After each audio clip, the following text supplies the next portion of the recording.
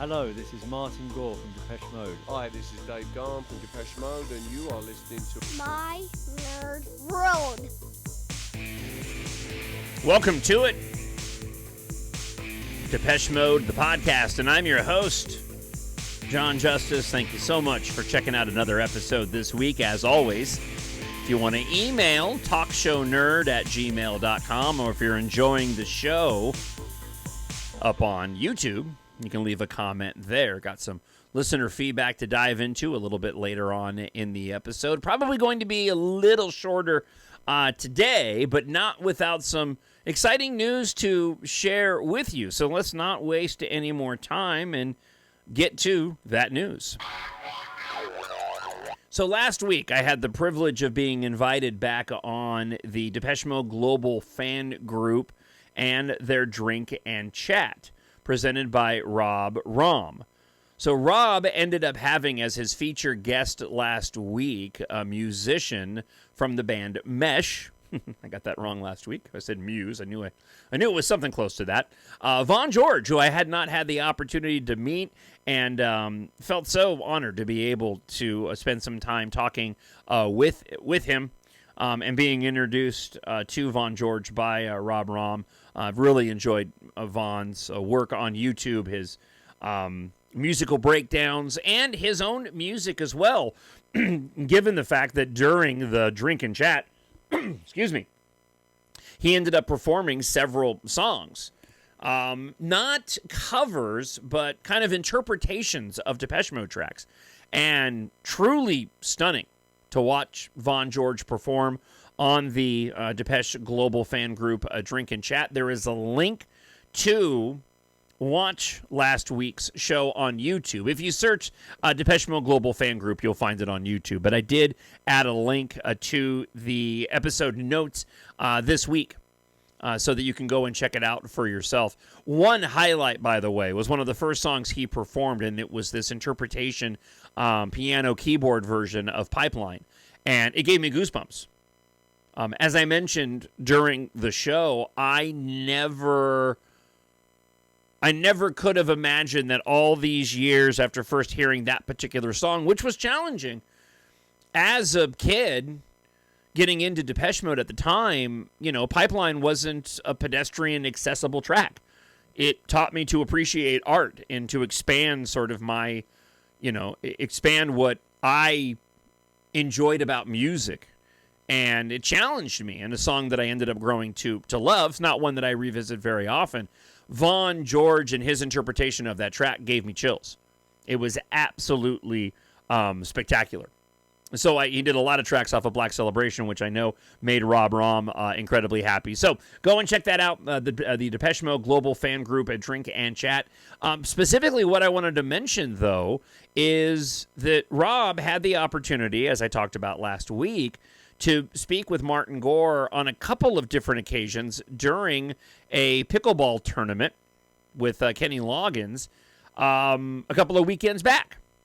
And on the Drink and Chat revealed what he asked Martin and Martin's response. So here's basically a synopsis. You can hear this in its entirety from Rob himself in the Depeche Global Fan Group Drink and Chat. But during that pickleball tournament in Santa Barbara, Martin said that he was working on new material, but he wasn't sure what that material would be for yet. And so that's encouraging, because as we've talked about on the show, I think the decision for Depeche Mode to move forward is really going to come from Dave, depending on whether or not they want to move forward making new music and exactly what that will entail. I fantasized a bit about what those exchanges must be like. Like, Dave he's obviously become friends with Martin. We know that dynamic has changed in the wake of the passing of Fletch and the lead up to the release and completion of Memento Mori. But, Dave has mentioned not being sure if he wants to do Depeche Mode anymore, and that he'll hear a track like Ghosts again, and that'll suck him back in.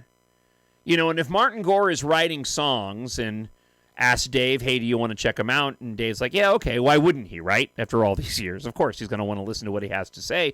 But even if Dave is reluctant to move forward, I imagine it must be difficult if Martin has written a beautiful track and it's just in demo form, And Dave thinking to himself, well, Martin could go off and do a solo album and sing these songs and produce them himself, but I want to go and sing these songs. I mean, that's how I envision, how Dave could be inspired to continue to move forward and make more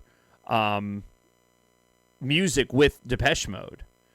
And considering that Martin has been writing and that we know Dave and Martin are going to be getting together in about a month's time in New York City at the Tribeca Film Festival for the debut of the film, the Depeche Mode film M, one has to imagine that this will be part of that particular conversation. So I thought that was exciting news. Also, Rob had asked about the possibility of Depeche Mode doing a residency at the Sphere in Las Vegas. And while Martin didn't really give an answer, Martin's wife was there and kind of laughed. And the way Rob told the story, at least my impression, was this kind of, oh, wow, like this guy keyed in on something. Like, this guy's in the know kind of laugh. Like, oh, isn't that interesting?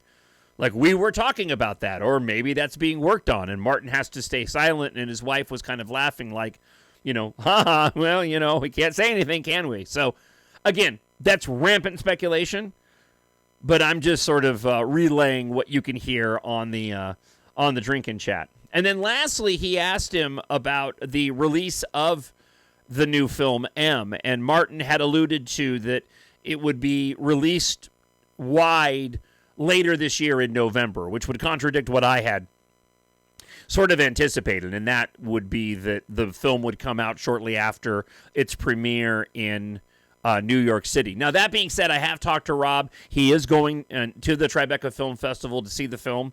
It will be shown at multiple different times in New York that week, and we will be having Rob on the show once he returns so that he can give his full review of the film, which I'm very much looking forward to. So either way, listen, it's still exciting news. We've got a new Depeche Mode movie coming out. As I've said, those 4 unreleased Memento Mori tracks should be attached to that film. The possibility of a physical live release of the entirety of the Memento Mori show, and some talk that there could even be a live album as well. So even the possibility of Depeche Mode creating new music in the future is exciting. The fact that we know there are songs that were produced that we're still going to be able to hear before the end of the year is exciting as well. So more than I can certainly ask for as this lifelong Depeche Mode fan.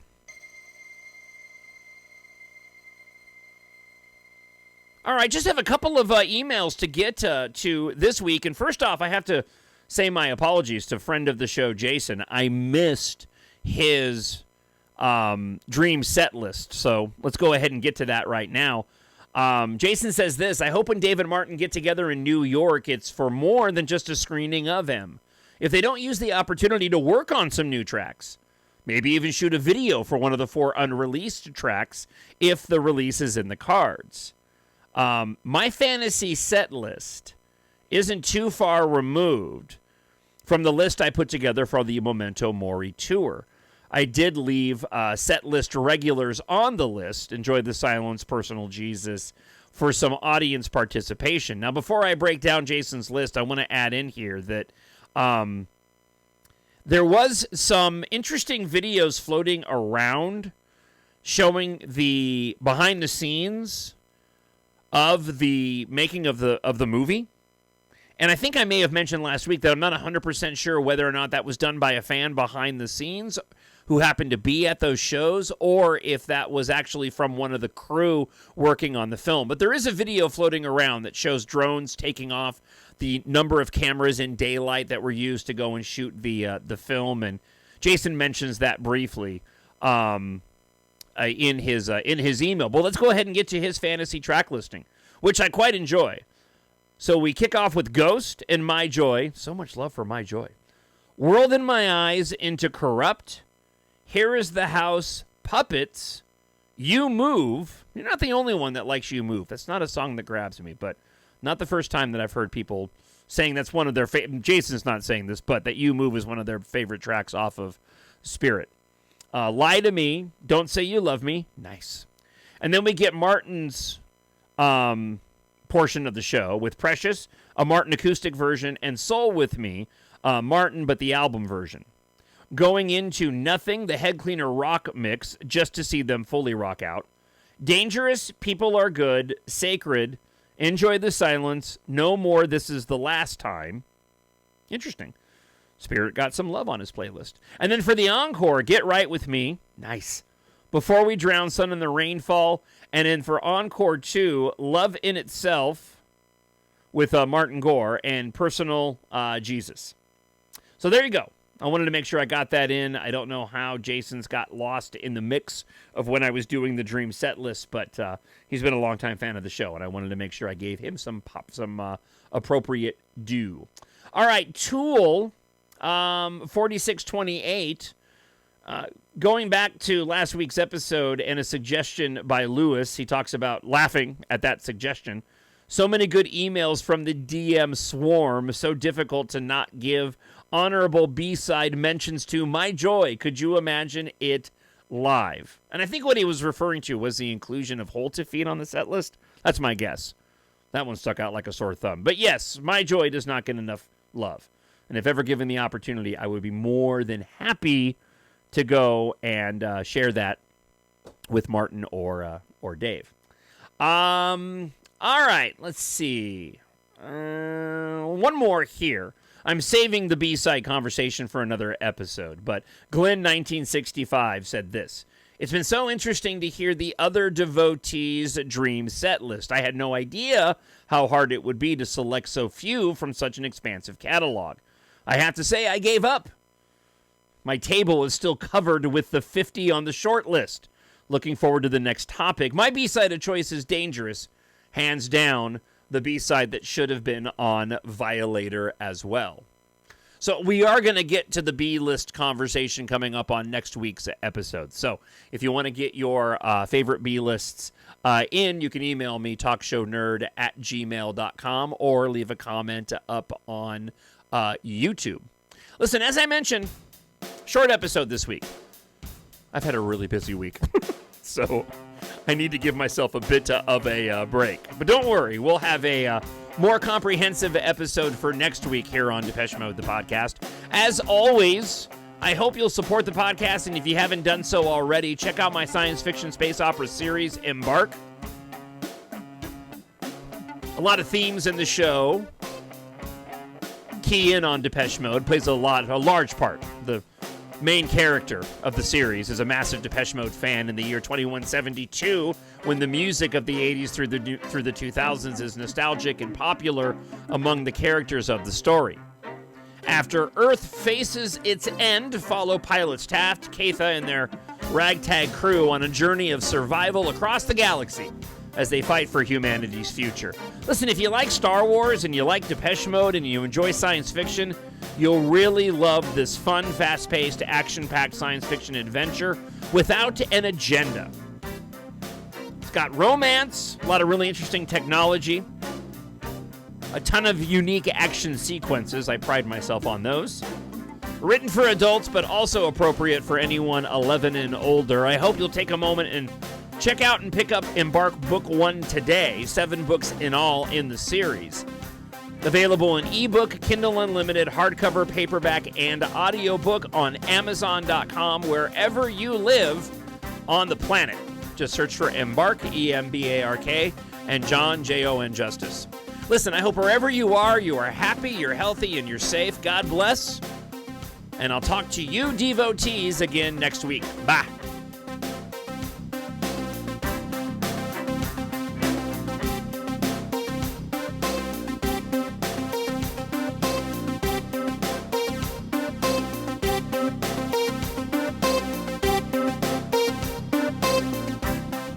Hello, this is Martin Gore from Depeche Mode. Hi, this is Dave Gahan from Depeche Mode, and you are listening